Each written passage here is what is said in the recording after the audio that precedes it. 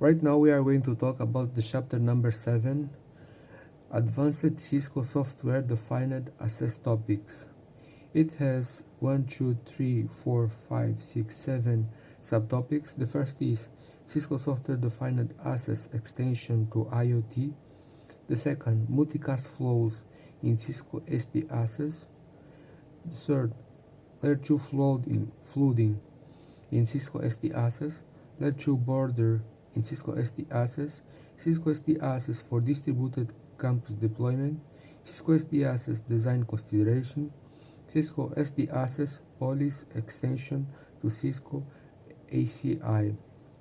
Well, this is a topic that goes deeper on what is Cisco Software Defined Access, because previously we have seen the basics, what is essential to configure the Cisco Software Defined Access, and now we are going to go to some details to understand better about some things specific that we must use inside we can use inside our network. So the first is Cisco Software Defined Access Extension to IoT. Well, in this subtopic, we have to know that sometimes we will need to extend our infra. We know that normally our fabric it has the border node, it has the control node, and it has the edge nodes. Normally we connect the endpoints to the edge nodes, but there is sometimes that our end devices are in specific places that we don't have the possibility to connect the endpoint directly to the edge node. So what we can do, we can connect some switch more appropriate to this specific place. So this device that we connect is normally called extension node.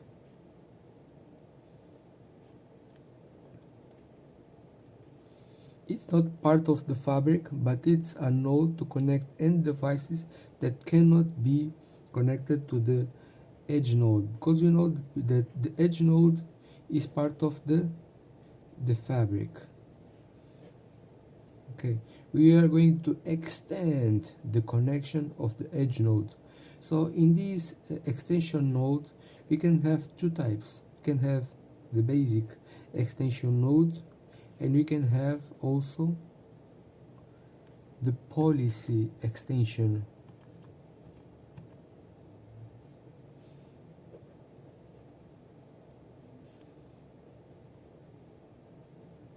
What is the difference between the two? Is that in the first one, we don't apply the policies like the service group tag. We cannot apply service group tags to the nodes connected in the extension node. It means that the policies will be applied by the fabric edge. So we have the extension node connected to a fabric edge. It will apply this in this place in the fabric edge, and it will do an association of the VLAN to the specific service group tag that can be used. This case is for the extension node, but for the policy extension, we will be able to give the policies to our end devices directly using our extension node. Okay, passing to the next, multicast flows in Cisco SD Access. We have to know that sometimes we will need to have multicast enabled in our infra. So what is the goal of the multicast? Instead of broadcasting the same signal to every endpoint, we can send the signal only to a specific group, from one source to a specific group. We can activate this. It's normally used for video. When we want to stream video, we can use multicast traffic. There is two types. There is the sparse mode and the dense mode. Each one has its specific attributes, but what uses efficiently our network is the sparse mode because it consumes less bandwidth and because it uses the concept of a rendezvous point. The dense mode is a little bit heavy, but it's easier to configure and we don't need a rendezvous point or RP. Going to the third subtopic, layer 2 flooding in Cisco SD access. In this subtopic, we have to know that sometimes we will need to flood traffic, and when we are inside the fabric, normally things like broadcast,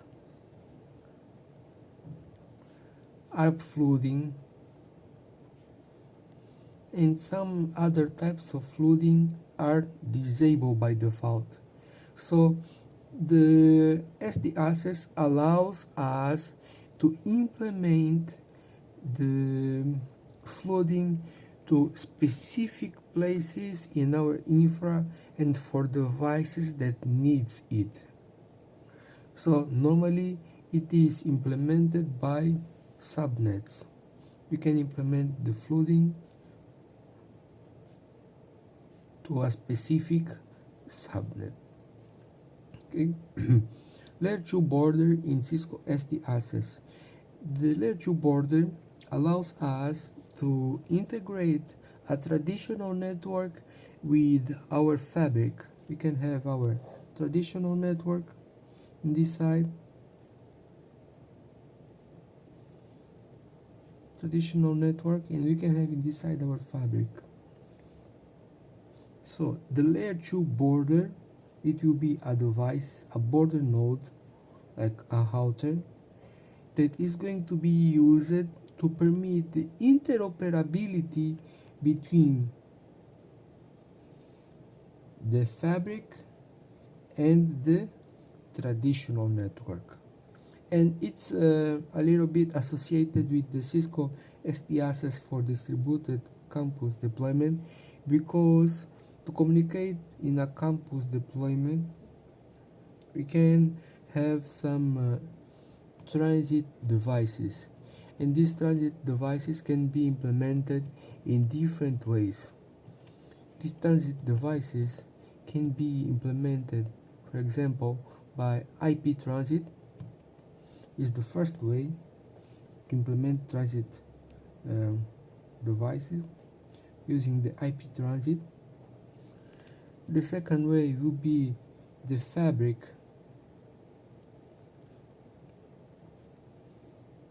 multi-site or multi-domain with IP transit. It's for specific requisites that we need to communicate with external entities. Normally we use DM VPN to communicate with them. And we have the third one, that is the Cisco SD access transit, that we can implement directly on our Catalyst Center or DNA Center, and it facilitates the configuration for us. Going to the next subtopic, Cisco SD access design consideration. We have to know that there is some specific things that we need to pay attention when we want to do our implementation of the SD access. The first thing is the latency. There is specific latency between the devices. We have to know that normally to each fabric side we have the border node, the edge node, the control node, and the wireless LAN controller. Sometimes for the small sites we can have what we call fabric in the box. One single devices that can do the three papers, and if you need an access point, it can do the four papers: border node, control node, edge node, and wireless controller in the same time. So you have to be very meticulous when deciding which devices we are going to use. We have to take in consideration how is our infra going to extend, if it's going to grow or not, to define what kind of devices we are going to use. And to know how many fabric sites we will need, we have to know also the information about the latency, because for example in the same site the access points must be next to the wireless LAN controller, and the catalyst center or the DNA center says that normally the recommended latency between the access points and the wireless LAN controller should be lesser than 20 milliseconds. So it's good to have they in the same building to allows us to have a good return of experience to the persons who are going to use our infrastructure. Cisco SD access policy extension to ACI. Normally the ACI is a tool of software-defined networking applied to the WAN.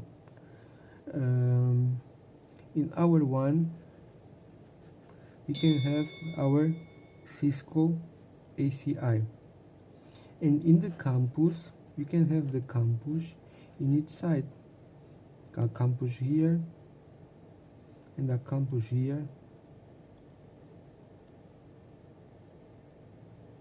and a campus here.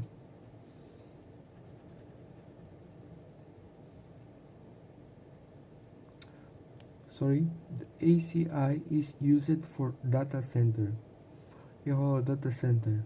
To communicate between the campus and the data center, we can use an integration between the Cisco ACI and the Cisco Catalyst Center, which is also called Cisco DNA Center. And since they are both tools designed by Cisco, they can be used to change policies between them. And it is also the SXP. It's allowed to devices to have the information from the ICE about which policies should have each device in our infrastructure. So this is what is considered inside the chapter number 7, where we talk a little bit deeper inside some specific concepts inside the software defined access.